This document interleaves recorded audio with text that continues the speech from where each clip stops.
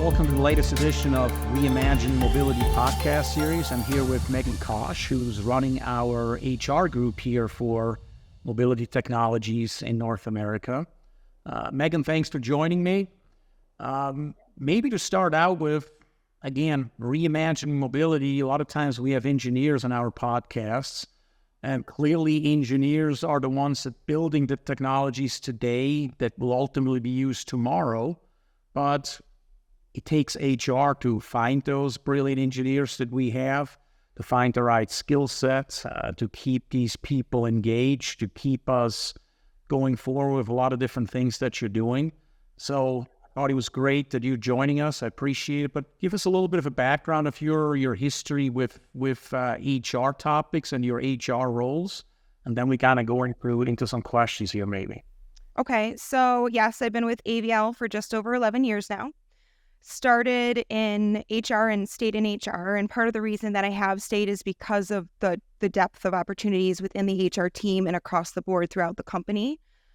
HR topics that could be interesting. I think a lot of our challenges, especially nowadays, is recruitment, and like you said, finding these engineers that fit into the niche of AVL as well, where they are feeling like this is the right step for them. So we really look for those individuals that are seeking a position that is proactive and that they're able to help kind of determine their destiny within the company, because there's a lot of growth across the board. It just takes the right person to want it and take advantage of it. That's perfect. Let me maybe start right away with this. So let's say, again, you started 11 years ago with us. Mm-hmm. What has changed from 11 years ago to today? I mean, to me, to give you a little, maybe an insight of what I'm looking at, when I first started in the industry 25 years ago, I didn't get involved with HR and hiring, but maybe within 5 years or so I did. And I specifically remember back then, like looking at resumes, and I saw somebody's resume, and that individuals changed jobs every 7 years, let's say. We're like, this person is not going to stay with us, is constantly changing. That has changed tremendously to today, right? Or at least to a few years ago, where it seemed like people were changing jobs every year or every 18 months, right? Right. Well, that's certainly a change that I have noticed on how we're looking at the talent pool, how we're looking at staffing our organizations. But it's not about me. What I have seen is about you today. Sure. What have you seen in the mobility space as it relates to finding this right talent compared from 11 years ago to today? So 11 years ago to today, we have seen a lot of growth. 11 years ago, we would also see a lot more of an applicant pool. So now it's a lot more on our end to go out and try to find the people that we think are right for the organization. The thing that we do have on our side is I usually don't have to sell AVL. Once somebody applies and decides, yeah, I'm interested in this, I want to reimagine mobility, I'm interested in this team, what they're doing, the global footprint, I usually don't have to sell anything, because the managers and the team that they meet with are so genuine and invested in AVL that they typically do a lot of that for me. And if there is any question that they do ask me that maybe I do sell them on, it's really the genuine experience I've had, because they are looking for something similar. They're looking for flexibility. They're looking for trust from their management team. They're looking to make a difference in a company, maybe for a company that feels like a family. And for a lot of people, that's what AVL is. So I think a lot of the importance has shifted over to that over the last 11 years as well. Well, when you look at the people, right, because oftentimes we have discussions about how whatever generations change. We're talking about Generation X, we're talking about millennials, we're talking about a lot of different generations. Do you see a difference between the generations of what different generations, and let's leave for a moment with generations, are looking for? Is a certain generation looking for it's a job to make money? Another generation is, money is obviously important, but, this is really my life's passion to help the future of mobility, or again, reimagining mobility as we're talking here, to shape the future of mobility, or is it something different? Is there something you can share about that? So yes, I do think that each generation is looking for a little bit something a little bit different, but I also think it does depend on where you are in the stage of your life. Somebody like myself compensation is very important, but flexibility and the ability to be a mom while I'm working is more important to me than compensation. So I think that goes across the board in individuals like myself, young parents. I think those that are maybe in a generation above or maybe two above me, their importance is more in the stability of a company and finding somewhere they want to call home until they're done working. Whereas generations prior to myself or younger than me might be really putting the focus on remote workplace is key right now. I'm seeing it all over the place. If we aren't able to offer a hybrid schedule, a lot of people don't really even want to apply to a position. So, we try to be as adaptable and flexible as possible with that. And then, of course, compensation. I do think, especially since the Great Resignation, that has become very, very much of a more competitive front than it was previously. Bring up a good point about remote working, right? A challenge for any company, because you got to balance what is important for the team, what is important for problem solving, for innovation, for collaboration, and what is important to keep the employees happy and have this work-life balance, but also now almost a third dimension, again, work-life balance, but also flexibility of working from home, right? Some then start working at 5 a.m. and end at 3. Other ones want to start at noon and end at 9 o'clock at night. Making this up, but we definitely have that, which is a challenge, obviously, when you work as a team doing software development, hardware development, again, innovation type work that we do, technology development. How is the working from home changing how HR is dealing with your customers, which are our employees, right? Or Sure. So I can remember before we went into COVID, my Skype status, because that's what we used then, was always red because I was always just in, people would stop by the office and I was never really available to call on Skype.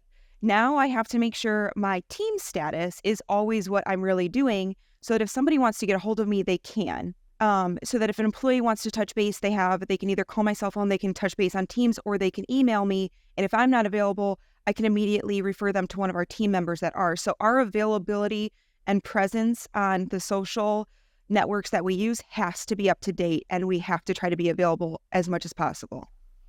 Do you feel your interaction is as let's say effective, efficient, personable? I don't know what other adjectives here to use. Yeah, as it was before, or is it just different? But give me a little idea here. So I feel like it's different. So before, yes, we would see a lot of people face to face, and now I could probably, instead of recognizing a face, recognize almost all the voices that I speak to without seeing even their name pop up. So it's just different. It's a different connection. I do think we're looking at ways to continue to get our faces out there because we are realizing that we're so used to voices, but we aren't getting that face-to-face interaction. So just like the video calls are important in some situations, we're trying to utilize that a little bit more, trying to do some of our HR messaging also through video, and I think that will be helpful as well. So that brings us to a topic is how do you, again, you mentioned it before, it used to be you can sort through whatever, tens or hundreds maybe of applicants. Mm-hmm. Today, it's almost the opposite, right? You Yes. have to now go out. So with social media now pretty much, quote unquote, running our lives and occupying it and being the key point of information sharing, information exchange, advertising, buying and selling, right? How has HR changed when it comes to this? How are you now using social media, not the way everybody else is using it, but how do you differentiate in social media where it's not anymore you meeting with somebody, it's now a page, a picture, a video? What do you do to differentiate ourselves? So for me personally, again, I try to pick and choose because I don't want to oversaturate what I put out there because then I think people might not be, reading it as much. But if we have an event, so you had mentioned engaging employees, I do think these events that we have in person are really key. So every time we have an event, I try to post about it because the outcome from these events and the employee collaboration and just interaction is so positive, and let social media know AVL is still doing this. We're not maybe in office every day, but we're still finding times to engage with our employees in person, interact with them, do what we can do.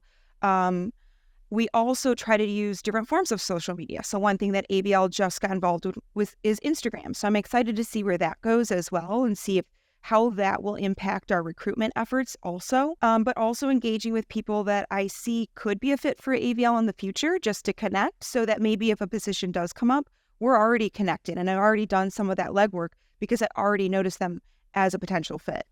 As it relates to interaction with the people, maybe go back there a second. Is there a new trend of whereas before COVID and we had to go into working from home, which now has become truly the new normal? Yeah. Then maybe there was a lot of issues with, hey, my cube neighbor always has food that he leaves in the garbage and it smells. Mm-hmm. That's not the case anymore now, right? When you work from home. Or, hey, the microwave in the cafeteria or whatever it might be. Has there something changed to what now is hopefully not the majority of your time, but a significant portion of your time, what you're dealing with employees, changed since the work from home became more or less, again, the new normal? Yeah, so that's funny you bring some of those up because they brought certain situations and examples that actually did happen to my mind. But yeah, a lot of that has completely gone away. Instead of those challenges, we have different challenges. We can't find somebody. They're not online. They're not available. And before, you would just walk through the office and you would find this person. And now you can't find them across any of your methods of communication.